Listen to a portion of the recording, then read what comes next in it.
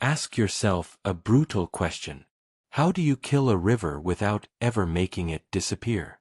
You keep the water visible, the banks green, the bridges standing, and the town convinced that everything important is still there. Then, little by little, you sever the movement that gave the river meaning. That is what happened in Massachusetts, where one of the most consequential herring runs in New England was throttled behind dams, mills, and a century of human certainty. On paper, it became a story of decline. In memory, it became a story of loss. And in one state report, the possibility of recovery was written off with a word so final it sounded like a gravestone. Impossible. Long before Plymouth was reduced to schoolbook legend, spring on that coast arrived as a migration. River herring, mainly aloes and blueback herring, came in from the Atlantic and pushed into freshwater to spawn. They were small, but they were not minor. They fed striped bass, cod, bluefish, tuna, herons, ospreys, eagles, otters, seals, and even whales offshore. They carried marine nutrients inland in their bodies, their eggs, and their waste. They linked saltwater food webs to ponds, brooks, and wetlands farther from the sea. Scientists call them forage fish, but that phrase is too thin for what they really were. A herring run was a current inside the larger current, a yearly transfer of energy and abundance from one world to another. People understood that long before ecology had the language to explain it. The Wampanoag had lived with these waters for thousands of years, and the return of herring was part of the rhythm by which the year itself was felt. The fish were food, signal, and continuity. When the English settlers arrived in 1620 and staggered into a winter that nearly ended the colony before it had truly begun, they survived not because they mastered the land, but because they entered a place where knowledge already existed. Tisquantum, the Patuxet man the English called Squanto, has long been remembered for showing the settlers how to use fish to fertilize corn. William Bradford's of Plymouth Plantation preserves part of that wider story of dependence and adaptation. Later generations flattened it into patriotic folklore, but beneath the national myth lies a practical truth. Herring helped make survival possible. Town Brook in Plymouth became one of the streams tied most closely to that memory. The town of Plymouth says historic herring numbers there were estimated at 1 to 2 million fish. Imagine that density moving through a narrow coastal brook. Imagine the water altered by bodies, the banks alive with birds, the entire place reorganized by a migration so old it must once have seemed permanent. That kind of abundance shaped planting, fishing, expectation, and story. It also concealed for a long time how vulnerable the system actually was. When numbers are immense, people begin to mistake resilience for immunity. The first great blow came early. In 1636, colonists built a dam on Town Brook to power a gristmill. From the human side, it was practical, useful, and tied to settlement. From the fish's side, it was a locked door. River herring are diadromous, meaning they live between saltwater and freshwater. Their migration is not decorative. It is the core of their life cycle. Adults must leave the sea, move inland, and reach spawning habitat in ponds and upper waters. Block that path, and you do more than slow a fish down.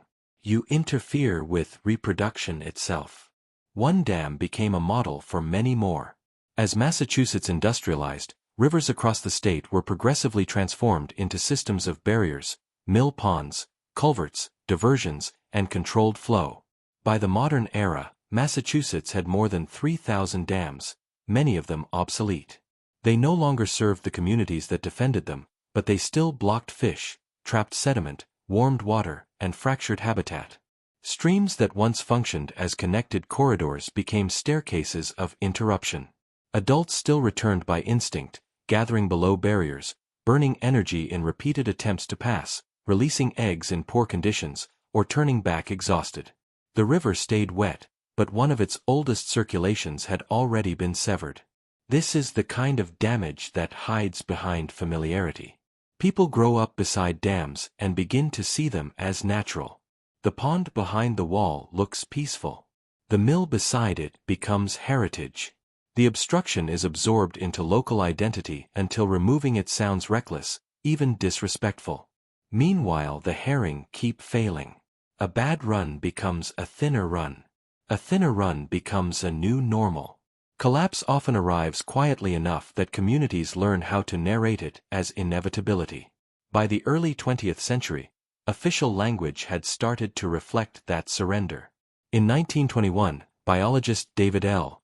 Belding published a report upon the Alewi fisheries of Massachusetts, a document that still hangs over restoration history because of how clearly it records loss and how confidently it speaks of finality.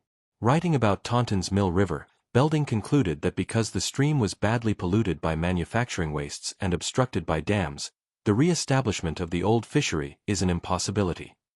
It is a devastating sentence. Not a warning. Not a challenge. A verdict. For decades, the numbers across the region seemed to justify that bleak certainty. River herring populations crashed throughout much of their Atlantic range. At Holyoke Dam on the Connecticut River, blueback herring counts that had once exceeded 600,000 fish in 1985 dropped to just 21 in 2006. Massachusetts eventually banned the possession and sale of river herring in 2006, a stunning reversal for fish once taken in huge numbers. But law could not solve what concrete had done. You can protect a species on paper and still deny it the one route its life cycle requires. A closed fishery is not the same thing as an open river. That was the reality on Town Brook in the early 2000s. NOAA later said the 1.5-mile stream had been blocked by 6 dams and barriers, reducing the run from an estimated capacity near 1 million fish to roughly 150,000. The situation had become so absurd that staff and volunteers from the Massachusetts Division of Marine Fisheries physically scooped herring below barriers and carried or trucked them around the dams so some could still reach spawning habitat. The image feels almost too symbolic to be real. A migration refined over millennia had been reduced to a bucket brigade because the river itself no longer functioned. Yet hidden inside that indignity was a clue. The fish were still coming. They still knew where to go. They had not forgotten the route, even when the landscape no longer honored it. That raised a question that would eventually change the future of river restoration in Massachusetts. What if the fishery was not impossible to restore? What if the real impossibility lay only in our reluctance to remove the barriers? In 2002, Plymouth removed the Billington Street Dam, the first proactive coastal dam removal in Massachusetts. That decision now looks historic. But at the time it was a challenge to everything communities had been taught to assume about old infrastructure. Dams had become scenery. They had become memory. They had become, in some places, the visible shape of the town itself. Removing one required people to believe that the living river mattered more than the familiar wall. The river answered almost immediately. David Gould, Plymouth's Director of Marine and Environmental Affairs, later pointed to the data that changed minds. After the Billington Street removal, about 94% of herring reaching the restored section were able to move through it successfully. At the next upstream dam, only about 6% passed. Those numbers did what speeches rarely can. They stripped away nostalgia and excuse. Open water worked. The barrier did not. The fish had not forgotten how to be fish. Human structures had simply prevented the river from being a river. From there, Town Brook became a model. The off-Billington Street Dam was removed in 2013. The Plimco Dam came out in 2014 and 2015. Fishways were improved at the Jenny Grist Mill and Newfield Street Dams. The Water Street Dam was lowered and modified. Then came Holmes Dam, the largest remaining obstruction, removed as the final major step in a restoration effort NOAA described in 2019 as nearly 16 years in the making. With 4 dams removed, 2 fish ladders improved, and 1 dam lowered, river herring gained unassisted access to an additional 269 acres of spawning habitat. Restoration did not arrive as one cinematic instant. It arrived as a chain reaction. Flow patterns changed. Stagnant impoundments gave way to colder, more natural movement. Herring advanced farther inland. American eel benefited too. Rainbow smelt appeared. Osprey returned to hunt. River otters were seen again. This is the wider truth of a herring run. It is never just about herring. Restore a forage fish, and you begin rebuilding the floor that many other species stand on. And Town Brook was not the only river proving old certainty wrong. The Mill River in Taunton, the same river Belding had described in 1921, became one of the most powerful reversals in the region. Partners including the Nature Conservancy, the Massachusetts Division of Ecological Restoration, and others removed the Hopewell Mills Dam in 2012, the Wittenton Dam in 2013, and the West Britannia Dam in 2018, while a fish ladder was constructed at Morey's Bridge Dam. Massachusetts says the completed project opened more than 50 miles of main stem and tributary habitat to river herring, American eel, sea lamprey, and many other species. In early April 2018, the first river herring to swim the Mill River in more than 200 years were captured on camera.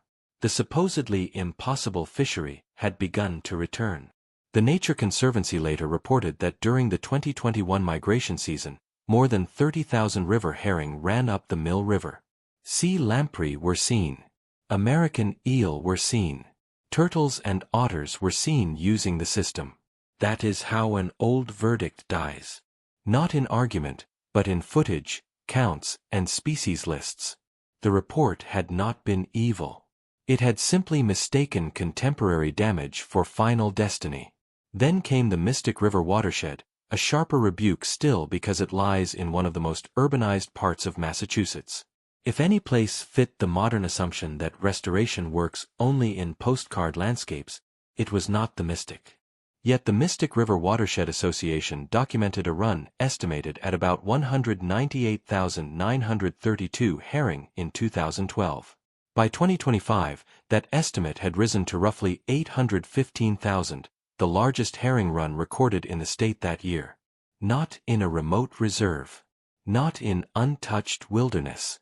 In an urban watershed shaped by roads, neighborhoods, and generations of human pressure. That matters because it destroys one of the most convenient excuses for environmental surrender. The belief that once a place has been altered enough, nature can only be remembered there, never revived. There is another layer to this story that fish counts alone cannot capture. For indigenous communities, especially the Wampanoag, the return of herring means more than biomass. It means a partial restoration of seasonal rhythm, memory, and teaching. A spring run can be monitored by agencies and modeled by scientists, but it is also a cultural event, a cue, and a thread of continuity with the past. When the fish return, they bring back more than calories for predators. They bring back timing itself. Even now, the work in Plymouth is not finished. The town has continued advancing a nature-like bypass around the historic Jenny Grist Mill Dam so fish can move past the site while the community preserves a structure tied to local memory.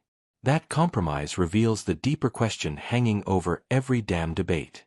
What counts as history? Is it only the wall and the wheel?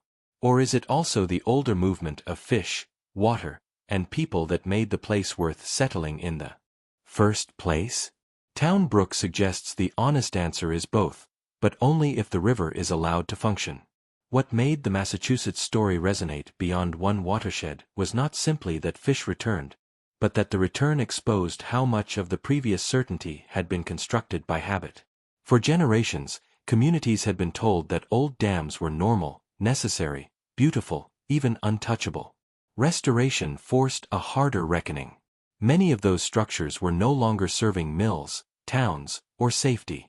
They were serving nostalgia. They were preserving a visual inheritance while strangling a biological one. Once that contradiction was confronted, the argument began to weaken. The emotional power of watching a free river move again was greater than the stale authority of structures whose original purpose had long vanished. The comeback also changed what restoration meant to ordinary people. It was no longer only a technical project for agencies, biologists, and contractors.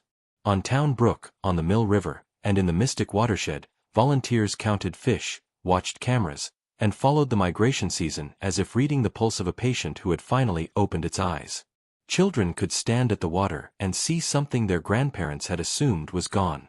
Residents who once knew dams only as fixed landmarks had to confront a different vision of place, one in which movement mattered more than stillness.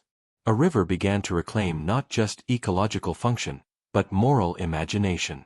There were practical benefits too. and those mattered because they kept restoration from being dismissed as sentiment. Removing obsolete